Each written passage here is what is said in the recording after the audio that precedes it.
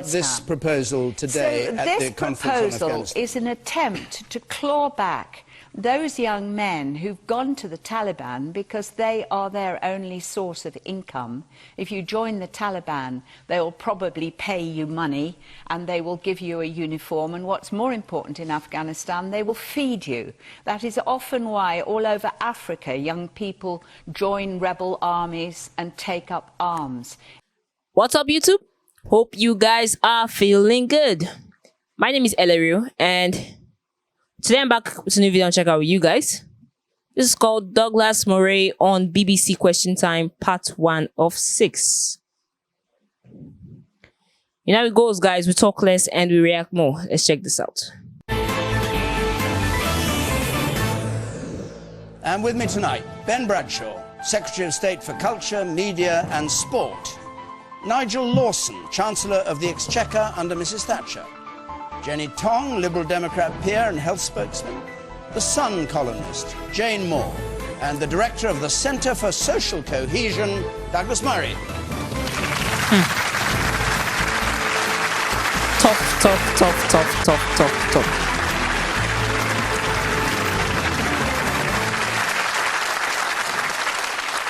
Good, thanks very much. Let's get cracking. You remember the panel haven't seen the questions, so the first one comes to them as a surprise from John Morris, please. Is Gordon Brown's announcement of an international fund to regenerate Taliban fighters an insult to the families of UK soldiers who have died in Afghanistan? An insult to the families of soldiers who've died. Jane Moore. I think it depends entirely on the family involved. I think some families will find it deeply offensive.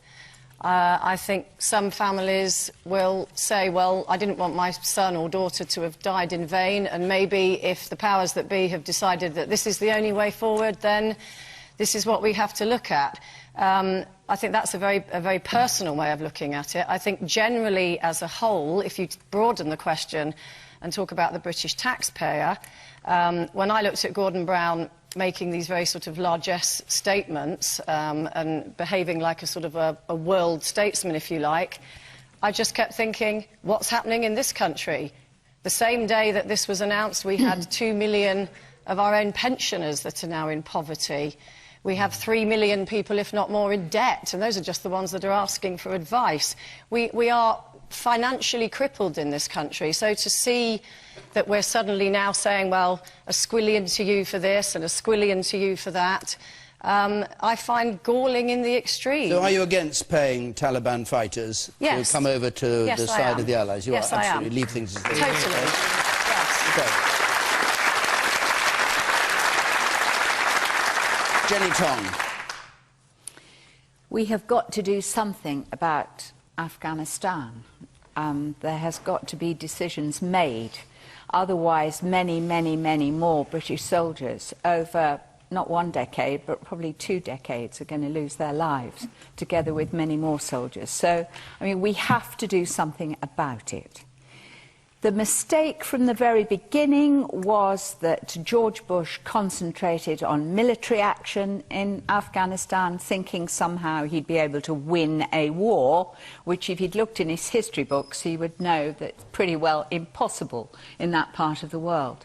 And I remember there was pledges of lots of money. I don't know how many squillions, Jane, but there were certainly pledges of lots of money in 2001 and onwards for redeveloping So what about this proposal today at the conference on Afghanistan? This proposal is an attempt to claw back those young men who've gone to the Taliban because they are their only source of income. If you join the Taliban, they will probably pay you money and they will give you a uniform, and what's more important in Afghanistan, they will feed you. That is often why all over Africa young people join rebel armies and take up arms. It is so that they get food and a way of living. So you're in favour? I think that this probably is a measure that will help. I don't know whether it will help completely, but it has to go along with massive redevelopment in Afghanistan and less emphasis on military action. Douglas Murray. Well, it's a very difficult issue. What the Allied forces, the NATO forces, are trying to do through this technique is to pretty much replicate what happened in Iraq, that brought Iraq from the brink of civil war to the pretty much stabilized country it currently is.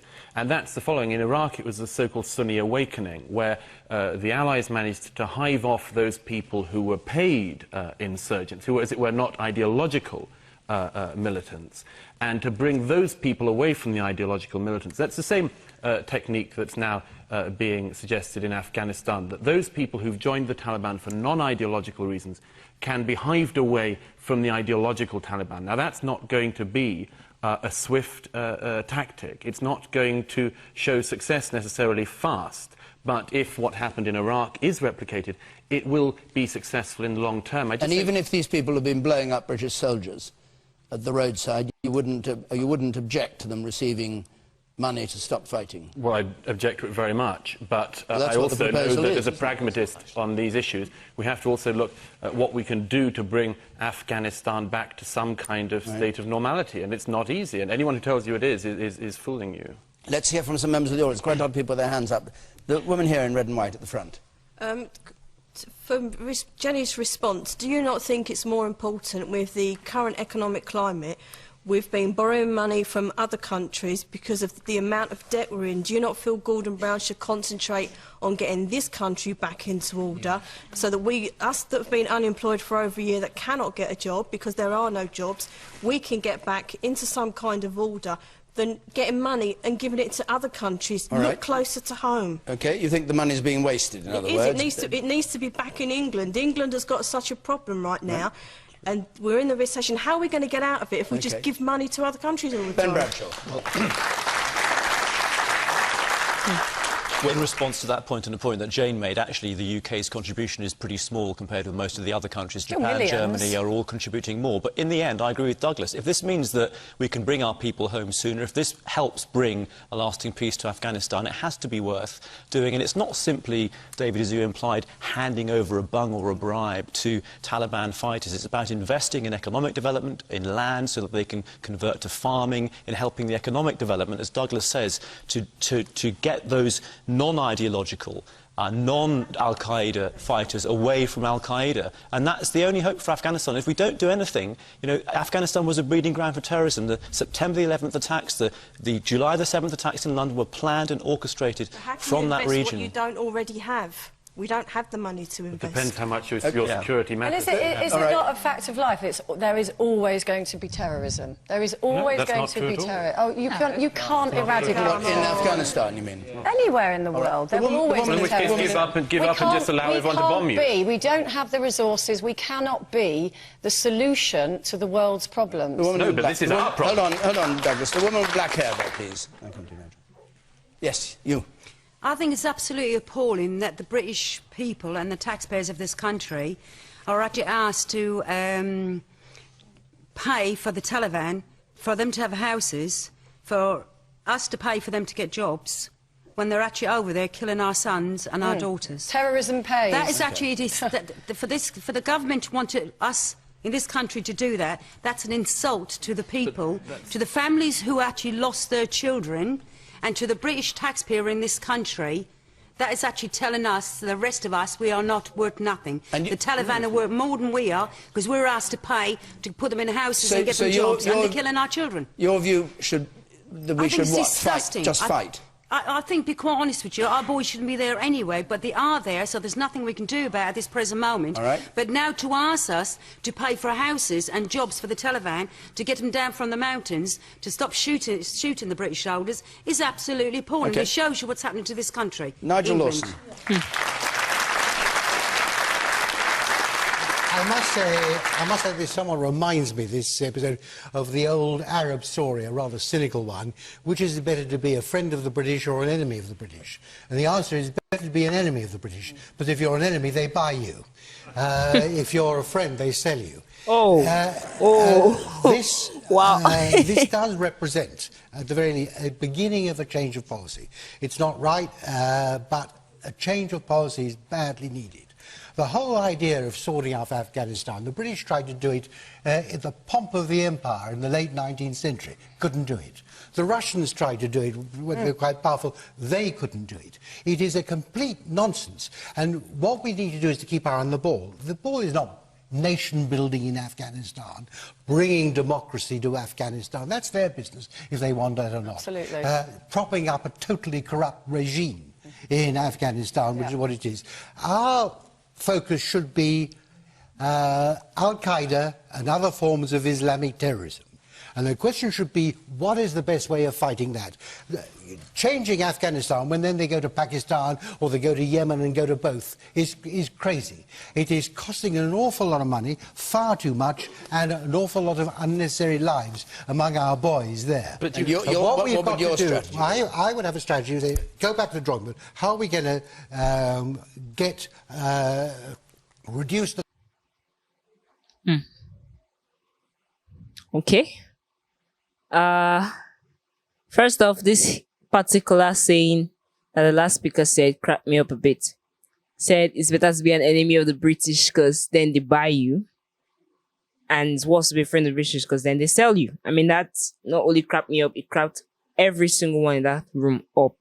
And he said this in reply to the woman who said it was appalling that the British government should pay for the Taliban to have houses and give them some sort of incentive to make them stop their onslaught on the British soldiers. Said it's an insult to all those who lost their sons in that war. Well, I agree with Jane that terrorism is something that will always be there. I mean, even if it's not full-blown sect carrying guns and all that, you must just have a certain degree of people that want to use force to get their beliefs to another set of people. That's just, there must always be conflict. There must always be chaos. There must always be war at different points in time in a society. It can't be all peace. No, it's not possible. But then a speaker said something. She said, most people join the Taliban because they are given food, they are getting paid, they are given uniforms, they are given a cause, they are given something to believe in and fight for. This is more or less everyone's needs in life. To belong to something. To have something that helps you survive. To have something to fight for. That's basically every human being's need. And the main reason why most people even get into Taliban is because of that. Now, on regards of the British trying to buy them, as that other lady pointed out, to stop their onslaught. Sometimes that might actually work rather than the war. Try to placate them. Try to reason with the enemy, if I'm to put it that way, and see how you can come to a certain form of understanding with them rather than meeting force with force. There's a saying that says, fire doesn't quench fire. You know, you can't meet fire with fire. You have to have water, and water cools down. In any sense, you have to give them something greater than what they are already receiving. And for the fact that this is just the first part of this particular interview, it'll be hard to really recover all the facts needed to push forward this particular argument. But then, I believe we learned something from it. So, put your comments in the comment section and leave a thumbs up at the end of this video. Thank you for watching. Stay safe.